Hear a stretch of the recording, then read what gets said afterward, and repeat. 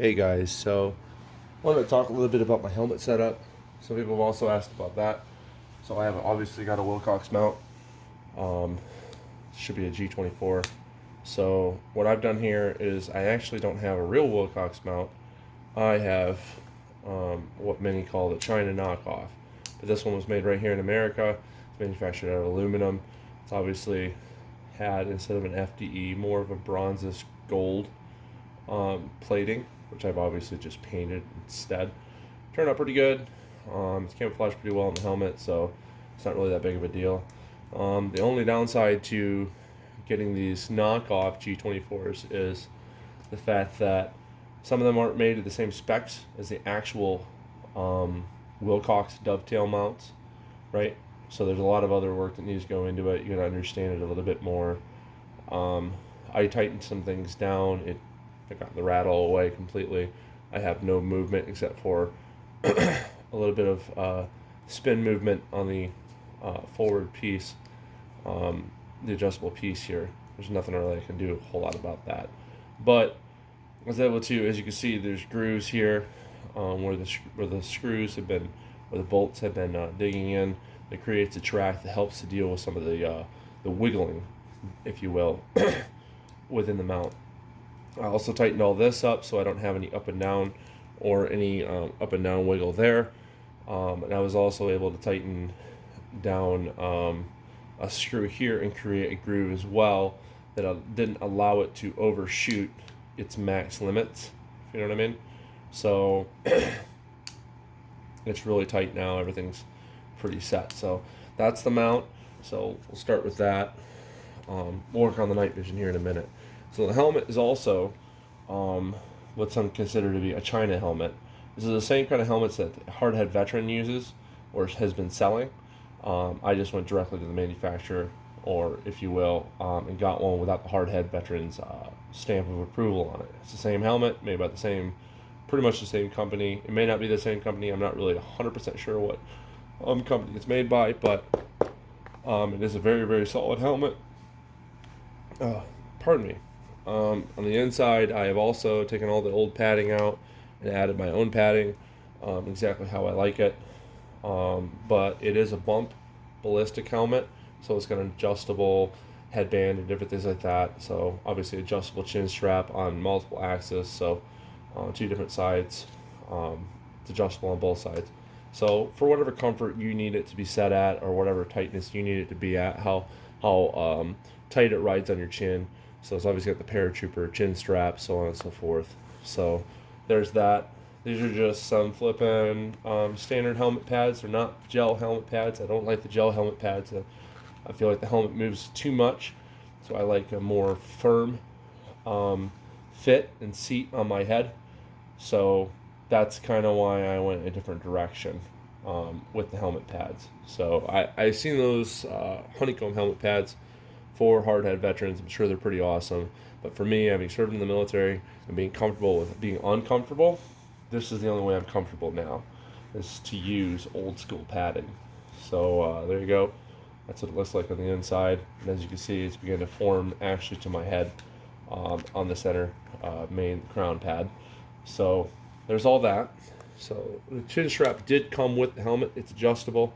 As you can see, it brings it in or brings it out, whatever I really need it to be set at, so on and so forth. So there's that. All right, we'll flip it over and we'll talk about the task light next. So this is a red LED task light. There's two levels that it runs at, dim and high. I really don't need a whole lot of task light. A lot of people think they need a lot more. You don't exactly need an entire spotlight on the side of your head. Task lights are usually used for, as the name suggests, tasks. So medical tasks, if you're conducting SSE and you're going through a room, or opening up filing cabinets, different things like that. So for tactical operations and different things like that. So you'll see the white because I've super glued these in, but I'll get on to that in a minute in the headset itself. So obviously I'm going back to my roots. In Afghanistan, 2502 2nd Platoon of Delta Company, we nicknamed ourselves the Argonaut River Pirates, so that goes back to my lineage there. And I wear these with pride. So it's obviously the Jolly Roger IR patch. So this is an IR patch. So on both sides there. We'll move on to the combat cam next. Here, let me replace the Wilcox mount real quick, or the Phil Cox mount, or Fay Cox mount, whatever you want to call it. So what I took here was an arc rail adapter for a 1-inch flashlight. So 1-inch, and this is a 1-inch flashlight adapter that goes onto the arc rails. And instead of a flashlight, I have a combat cam. Now, this is a pretty great combat cam. It can run up to 3 hours on 1080p. I get about 3 hours of video at a time. The SD card is only 32 gigabytes right now, so I'm going to get a better SD card for it. But it's pretty wide field of view. You guys have seen some combat cam videos that I put out so far, and those were all shot with this combat cam here. So if it helps you out any, they're so wide, it's actually catching the edge of the mount here. So it's a pretty wide angle. It's like a 90-degree cone coming out versus more of a 50 or a 75-degree cone. So it's a full 90-degree cone out the front side of that at minimum. So you'll even see some of this banding being caught in the video a little bit too with the night vision retention bands. All right, so we'll move to the back. This is just a Cridex, your standard Cridex battery pouch. This is a med patch.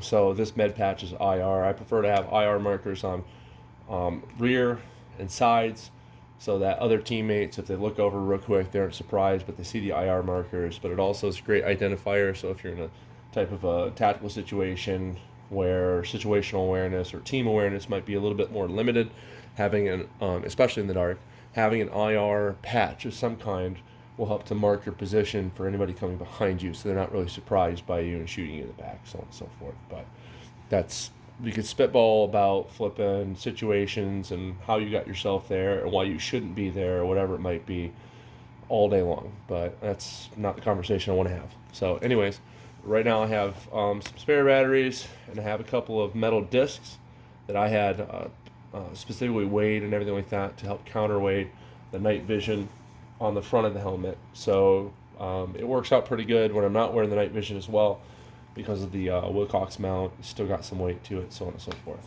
So then we'll move on to the IR marker. So it's not just a standard IR marker, it also can be used, it's flashing in IR mode right now. And this is visual mode. As you can see, it's a solid green, or it flashes white. So in a more conducive situation, especially if you're like doing instructor roles and different things like that, having a light of this type is pretty good for you. So, and when you're doing night tactics or night shoots and different things like that, night roles, having an IR marker might be more conducive to help your teammates to see you, and so on and so forth. So, so there's that. Now, a lot of people have asked me about, personally, in person, have asked me about these OpsCore mounts and why I didn't just switch over to the OpsCore. Well, I've tried the OpsCore and I've tried the Comtax. I do not like the OpsCore. I don't feel like I get as clear of a surrounding situational awareness through the mics, because everybody knows, Comtax and Peltors, stuff like that, they have these mics that are noise amplifying mics until you fire a shot, and certain decibels that they cut off, and these ones work pretty good. These ones are from ZTAC. I was able to get a pair of them, or get a set of them for like, they're under $100. Obviously the Peltors could be up into $1,000. So this is more conducive and cost effective way of dealing with things. The other ones lasted about 30 hours. I had a radio issue. It shorted the push to talk, and then it shorted the headset. So I replaced the push to talk, but the headset was still screwed, so it didn't allow the push to talk short again. I got a new headset, hooked it back up to that radio. The short in the radio that caused the push to talk, then the other push to talk, and then caused the other headset to fail. That circuit is completely disconnected itself somehow, some way. It hasn't shorted the other one yet, so we're doing pretty good, I think. So anyways, so I have the OpsCore adapters. One of the things I like about the OpsCore adapters is the ability, I get more range of comfort through these. The helmet is more retained on my head, so just in case in a situation like for guys that have beards, I have a beard, I prefer not to always wear the chin strap. And if I am wearing the chin strap, it's because I'm wearing a mask. So, but if you don't want to wear a chin strap or a mask, These will help with that because they help to stabilize. You can see the range of movement you get there. That's the depth that you get. So they help to stabilize the helmet a bit more. There's a rule of thumb that says the helmet's not strapped down. If an explosion happens, it's going to blown off your head. Well, if the explosion is powerful enough to blow the helmet off your head, it's blowing other things off too. So I run to the rule of thought is sometimes comfort is best, and you just got to pick and choose your battles, if you will. So as you can see, it retains it around. It helps to keep the wiring and different things like that pretty well retained. I obviously do other retention devices or other retention modes. I've taken some 550 cord, twisted it, put it on the back of the strap so it helps to hold, or the back of the Mohawk from Cridex here, so it helps to hold it more firmly down. I do not like things to rattle and move and shake and adjust, because when you're running, it throws you off, especially when you stop. It's kind of like, try to imagine, if you will, driving around with a giant tank of water in the back of your truck. You slam on the brakes and the water sloshes forward. That movement that takes away your capability from being able to stop on a dime and still have everything where we're supposed to be, so on and so forth. It's kind of like that for me. Anyway, so comes with a boom mic, obviously, the OpsCore. This one's actually the one that came with the OpsCore mounts, so I didn't even try to remove it, didn't even try to replace it. It works great, it's crystal clear, so I decided just to leave it. Also, I feel like the mic was better made because of the OpsCore adapter, with the OpsCore adapter mount. This one was better than the one that came with the Z-Tac headset. So all I did was take the Z-Tac headset off of the other band, and that's all I had to do. And then I just seated it. Then there's these clips here that help keep the helmet or the headset more retained into the OpsCore adapters here. So we close those clips up, and it's not going to roll around and break away, and so on and so forth. So there's all that. So then we'll go on to the push-to-talk 6-pin wiring. Oops. Okay. So I like to retain mine by collapsing it down and putting it on the top. I put some foam in the top of this to help make, again, everything seat like it's supposed to. No moving around. I hate things that move around. Anybody that's served in the military, you know what I'm talking about. So this goes to the 6-pin push-to-talk adapter that was with that radio. So I did the review the other day, talked about the radio, and this one specifically plugs into that push-to-talk that goes with that radio that's on my kit, right? So it's very hard to get in. Well, I should say it's easy to get in. It's very hard to get out. So that's one of the things I do like about it, having moved over to the TCA PRC 152s and those push-to-talks, is the retention of the actual mic cord. So it's never going to get ripped out and different things like that. And if it does, it's going to rip apart the push-to-talk. Well, if you know anything about this push-to-talks, you know they're heavy duty. So there's a lot of good things about that. With that said as well, these headsets are also this plug where the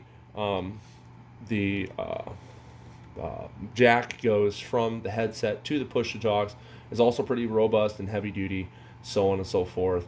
So it helps. So these headsets take AAA batteries, one on each side.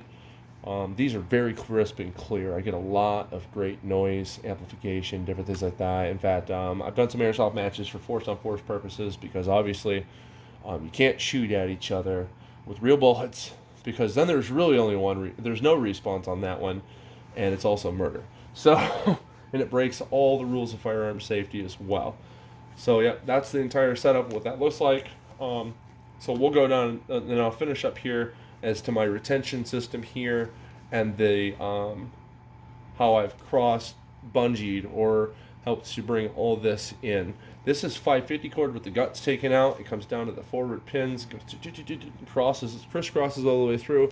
I've wanted to do that because I wanted to have a more stable anchor point for the lanyard that I had made for my NVGs.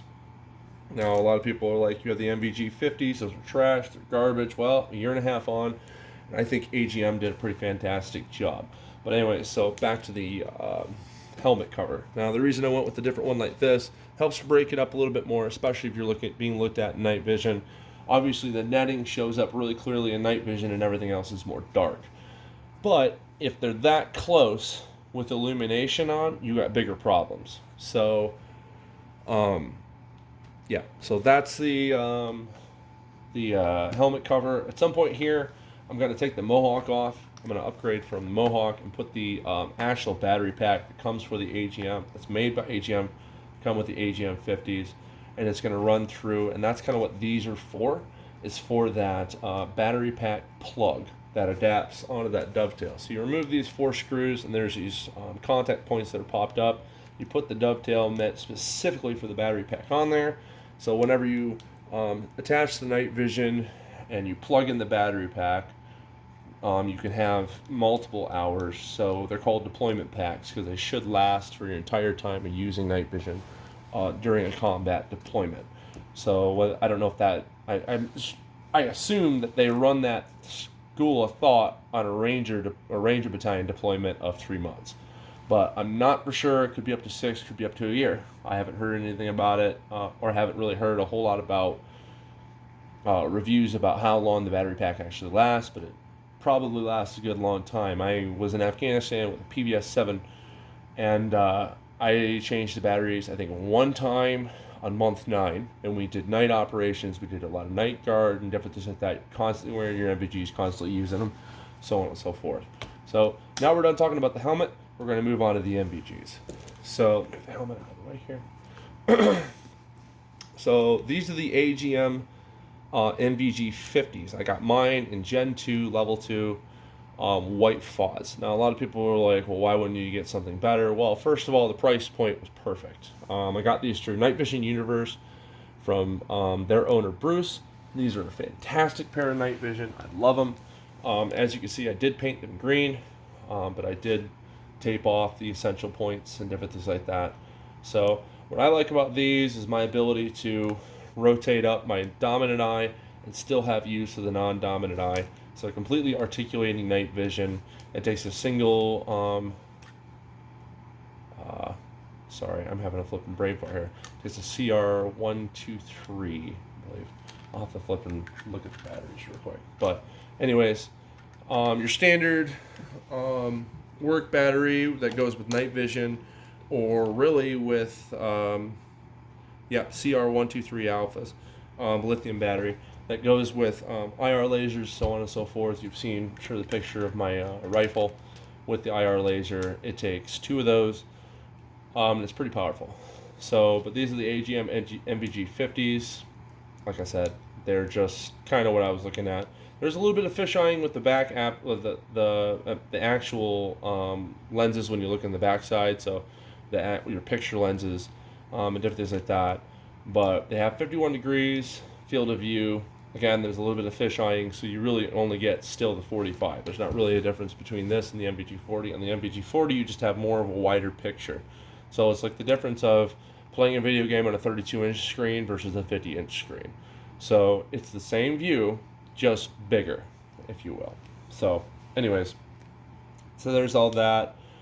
Obviously on-off switch, and then if you turn this and then pull it out and turn it one more time, there's an IR illuminator here that shows up. There's a photo eye there that helps to, with an auto bright light cutoff, that helps to save the tubes. The unit will shut it down.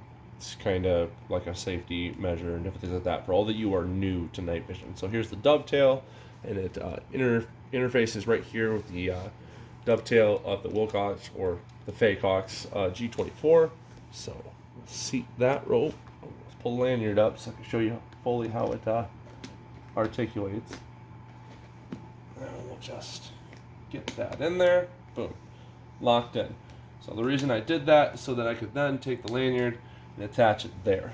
So I have a better level of retention of my night vision and different things like that. As you can see, it retains it quite a bit better. So another thing about articulating night vision as well, if you are pulling them up to do interior room clearings and different things like that, where you're going to use white light or red light, if you will, so, or tasks. So again, here comes the task light. You can articulate those out of the way. Some guys like to do it a different way. I've seen many different ways that night vision is actually pushed up and out of the way. Some guys will do it this way. Some guys will do it this way. Some guys will do it, hold on, let me see if I can get it down. Oh, there she is. They'll take this, pop this up, so it'll drag the night vision up a little bit further, push these up and out of the way, and then bring them in. So I'm sure we've all seen the cool photos of operators with their night vision slightly up and different things like that, and that's exactly how they're doing that. So the whole setup here costs probably right around the neighborhood of, I'll have to do the double checking again, but with the night vision at 45, and then probably another $1,000 to $1,300 within the helmet and all the other stuff you see here, it's about 65 or between $55 and $6,000 for this entire setup. That's padding, all the different other aspects of it: the combat cam, the task light, the headset adapters, the IR light, the Mohawk, and all of its contents, so on and so forth. So yep, guys, that's how that looks. I can probably release a gear list for anybody that's interested in actually knowing where I got everything from. I can release a gear list for this helmet. I'll give you a good bird's eye view of everything you're looking at here. Just a second. So there it all is. It's a pretty incredible setup. I like it. Some people have other things to say. Some say it's too busy. Some say that you've not upgraded enough. But I think that it's perfect for me. So something to remember, guys, is very important is when you're doing something like this, it's your money you're spending. You're the one that deserves to be happy with it. If you're not happy with your setup, you've not spent your money wisely. So it's not all about being cool. It's not all about looking cool. It's also about being cool. And if you can't be cool while looking cool, then save your money and don't spend it on anything. So more importantly than buying gear is going to be training. It's going to be repetitions and different things like that. Practice, go to the range, spend the money on ammo, so on and so forth.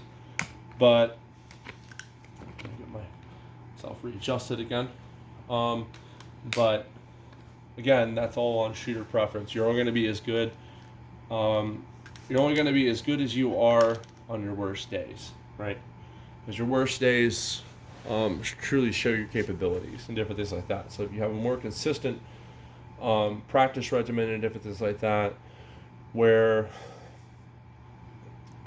your consistency is at a higher level, that's what you're going to fall back to. On your worst days, you're going to fall back to your worst day, if you will, your worst level of training, if you will. So think about all that. But yeah, so the AGM NVG50s. I've shared a link before of how to contact Bruce at Night Vision Universe, how to get a pair yourself. He usually keeps a pretty healthy stock, specifically of the NVG50s. He says he sells a lot of them, and they're the better units. Obviously, that's going to be on your preference.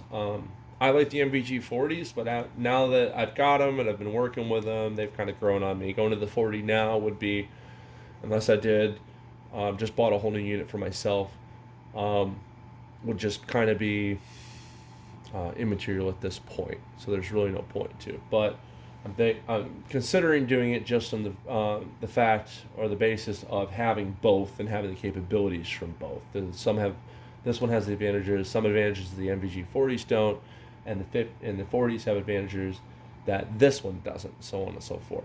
So, yep, guys, tell me what you think. So, yep, this is my entire helmet setup with my night vision. All right, thank you.